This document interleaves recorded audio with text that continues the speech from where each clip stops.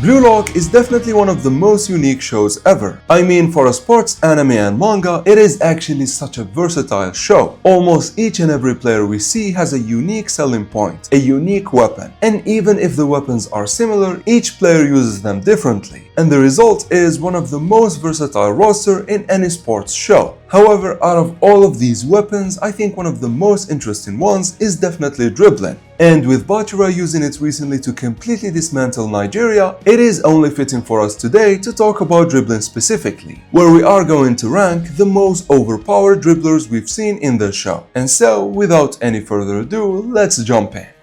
Now, in order to figure out what makes a great dribbler, few criteria must be met. First of all, the player's dribbling has to be very oppressive for us to consider it for this list. For example, the likes of Baro and Karasu, while they have an above average dribbling, theirs isn't really that special. Sure, maybe Baro's chop dribbles are really special, but that's just one move, and on its own, it's not really that oppressive. Unlike the players we are going to see on this list, where they are really threatening when they start to dribble. Next, and the second rule, the dribbling has to be one of, if not the best weapon the player possesses. And finally, I think a great dribbler must have insane feats, which will be the main criteria of today's video. Maybe we'll have few exceptions for the very top, but feats will be the main determining point of today's ranking. However, that's the final rule. And so let's start straight with number 10, where I have Alexis Ness. And with this placement, you can tell immediately that this is an insane list, with insane characters who can take whole teams apart on their own. As for Ness, he has probably one of the weakest looking yet most effective dribbling ability on the list. His angle cuts are deceivingly OP.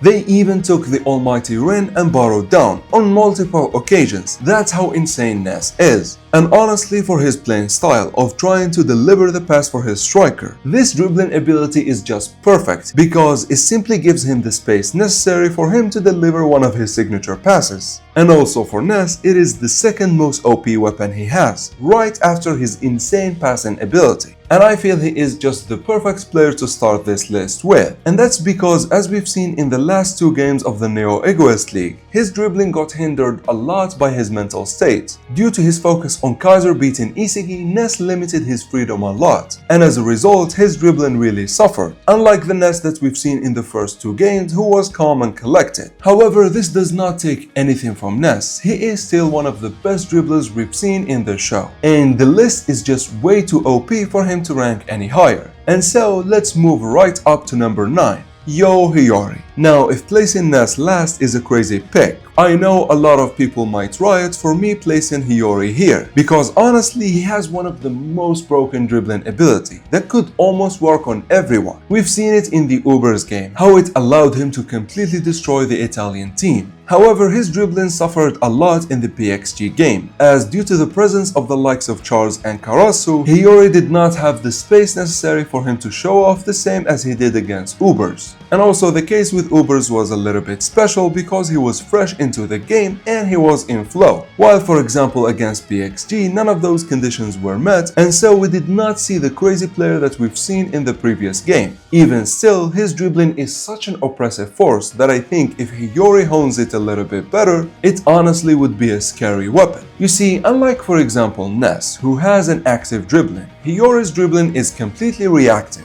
which means depending on what the defender does, his dribbling changes. However, instead of changing the dribbling moves, all Hiori does is change the tempo of his movements, which means it becomes very easy for him to throw off the timing of the defenders. And we've seen this work like a charm even against the likes of Nico and Karasu. And while of course Karasu did much better against Hiori, he still was not able to stop him, as Hiori's dribbling served its purpose of giving him the space necessary to deliver his passes, which I think ironically makes him the same as Ness, because they both utilize their dribbling ability in order to free themselves up and then deliver their signature passes. However, I think Hiori's dribbling is definitely better than Ness's, because it honestly was more useful for him in most of critical positions. However, coming up next in number 8 is Yukimiya Kenyu. Now, placing a player who is known as the one-on-one emperor in the 8th spot should honestly be criminal. However, for a list that includes the pros, I think it is fair. As for Yuki's dribbling, it is one of the most oppressive active dribblings we've seen in the show, where Yuki, in the same fashion as Hiori, utilizes his speed in order to change the tempo of his dribbles, completely throwing the defenders. However, what I think Yuki completely outclasses Hiori is in the fact that his dribbling is active, and I know that does not inherently make it better. However, the way Yuki goes about it is that his dribbling is completely detached from his opponents, because even if the player is insane at dueling, like for example Rin, Yuki can simply dribble past them without giving it any much thought, simply because he is one hell of a genius. And that specifically gives him the edge over Hiori, who actually has to think and plan his dribbling moves, unlike Yuki, who is instinctively great at this. However, there is another point onto why Yuki is definitely better, which is actually the feats. Yuki actually has a lot more feats than the likes of Hiori and Ness, and so he is definitely deserving of being better. Next, for the 7th spot, we have the first and only tie on the list, between none other than the zombie Lorenzo and Chigiri. Now, when we look at the stats provided by the writer, we know that both Lorenzo and Chigiri have 93 in their dribbling. However, things are a bit weird. At first, I thought Lorenzo definitely is better, because we are yet to see someone stop his dribble. All the players who stopped him actually stopped him from receiving the ball in the first place like Isiki did, or stopped his passes to Baru like Hiori did. However, for someone to actually stop his dribble, we are yet to see anyone do it. But what made me reconsider placing him higher than Chigiri is actually the threat level. The way Lorenzo utilizes his dribbling is actually to support his team, unlike Chigiri, who is just a brute force. He is like a scythe that slices through the defense, and then he has a very high chance to score if he penetrates through the defense. And so for that reason, I think I can safely place him on Lorenzo's level, even if we've seen Chigiri being stalked by the likes of Kaiser and Corona multiple times. However, I think the sum of their feats is definitely equal. As for why they are better than the likes of Hiori, Yuki and Ness, well, it is simply due to feats. They both were like tornadoes, completely destroying the defense all on their own, and so I think they definitely deserve this spot. However, next, at number 6, we have Sae Itoshi. Now, to be honest, this is the first controversial placement, because when we last saw Sae, it was against the Blue Lockers in the U20 game, which are definitely completely inferior to their current selves. And I think, in order for me to explain why I am placing him this high, I have to talk about number 5, which is actually Rin Itoshi. Now, the reason for that is that, narratively speaking, Sae should be on the same level as Berserker Rin, which I think definitely includes their dribbling ability. I mean, that was the biggest foreshadowing point in the U20 game, and for that reason I am placing Sae this high. However, what is this dribbling of his that gives him this high spot? Well, much like Hiori, Sae has a reactive dribbling, where by noticing what his opponent is trying to do, Sae completely counter them with insane dribbling moves that often are near impossible to stop because they are meant to counter the specific situation you are in, which honestly made him seem scary in that game. And definitely it is one of the most interesting dribbling abilities we've seen in the show, and I really would love to see it against Lorenzo specifically, because as of yet no one has even tried to dribble past Lorenzo. They all pass the ball when they are one-on-one with him, and for that reason I really want to see Sae versus Lorenzo one-on-one to really figure out who is the better duelist. In any case, however, at number 5, as I said, we have Rin Itoshi. Now, Rin's dribbling is actually as good as it gets. It's the weapon that sole-handedly gets him closer to the pros. And by the way, I am talking about Berserker Rin here. I'm not talking about base Rin, because that dribbling isn't as insane of his Berserker form dribbling. Don't get me wrong, it is still OP. He was able to completely destroy Bastard had it not been for Hiori specifically. And so don't get it twisted, base Rin is by no way a fodder. However, Berserker Rin is just on a whole different level, and what makes him unique is actually the same reason why he is such a dangerous dribbler. You see, unlike other dribblers, Rin's dribbling is actually a mixture between reactive and active dribbling. While performing his moves, he is definitely active. However, when he is faced with insane players with insane dueling abilities like Baro, Kunigami, Kaiser and the likes, Rin's movements go from active to one of the most advanced reactive dribbling moves we've seen in the show. Rin utilizes the weak point of his opponent to completely destroy his playing style. We've seen him do it in the U20 game where he completely flipped Neo despite the latter being stronger. And then, and more impressively, we've seen him in the PXG game where it was near damn impossible to stop him head on. And honestly, in that game, due to his dribbling specifically, he was the most oppressive force on the pitch, right after Noah and Loki. And I think because Rin can counter almost any playing style, his dribbling is definitely the most dangerous in the U20 category. However, there's still a U20 player that I think has a better dribbling than Rin, which is of course Bachira Meguru, who is coming up at you at number 4. Now, if Rin's dribbling is the most dangerous in the U20 category, Bachira is definitely the most unlimited. You see, with an unlimited imagination,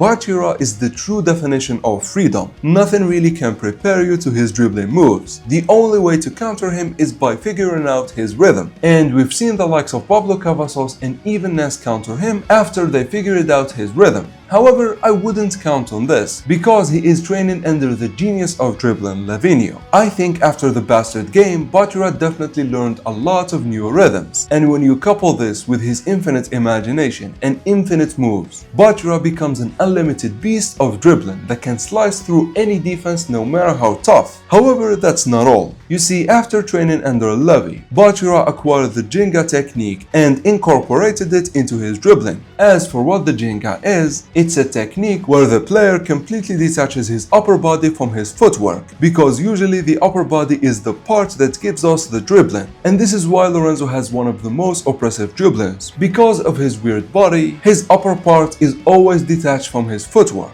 And honestly, and even though the Jenga is so broken, the thing that really sells out Bachira's dribbling is definitely his infinite imagination and infinite moves, which makes his dribbling the most unlimited, the most freedom type dribbling in the U20 category, and definitely better than every player who came before him on this list. However, and next, for the top 3, we enter the realm of the pros. As for number 3 on our list, we have the cyborg Noel Noa. Now, Noah has probably the most simple dribbling ability in the show. His clockwork dribbling takes the most efficient, the most optimal, the most optimized route on the pitch. And because of Noah's insane physicality and his busted ambidexterity, he becomes akin to a train that is near impossible to stop. Even if you try to counter the most rational path, Noah would immediately know what is the next most optimal path, and then he takes it, completely avoiding the defense. And of course, his insane experience and his immense genius helps him in taking the 3rd spot.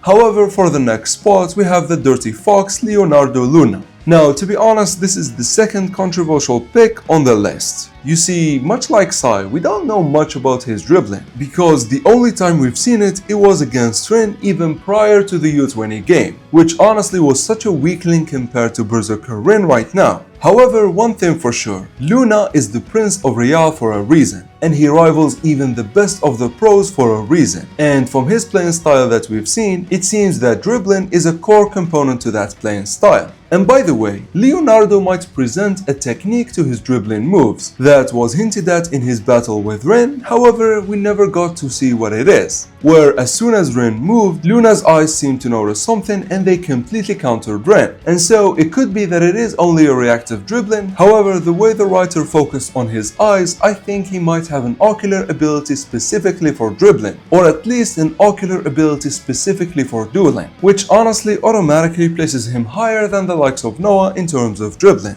However, I think there is only one player that can rival Luna, which is of course Lavinho. Now, think of everything I spoke of regarding Bachira, and then multiply that by 1,000,000. If Bachira is the definition of freedom playing style, Levi is the embodiment of that style. Levi lives for that freedom. Levi lives for that moment when he dances with his opponents as they fall to the ground. But also, Levi is not just the pro version of Bachira, because he presents other techniques that we did not see them in any other player, even Bachira. The first of which is actually his dancing dribble. Because of the way he moves, often than not, Levi's opponents find themselves on their knees falling to the ground, due to him literally dancing with them. However, the more impressive weapon or technique or whatever you wanna call it, is his ability to surprise literally anyone. Because as stated by Isigi, Levi is the best player at surprising others. And for a dribbler, that's everything you need to know. And honestly, that's what made me put him above Luna. Because before I wanted to put them both both at the first spot, because Luna is the Prince of Real and Levi is the Prince of Barca, which means they are definitely rivals. However, feats and statement-wise, Levi is definitely better, and he is the number one on our list today. However, that's all I've got for you today, guys. I really hope you enjoyed my ranking, and please let me know in the comments if you agree or disagree with it. But with that, ladies and gentlemen, until next time, thank you for watching.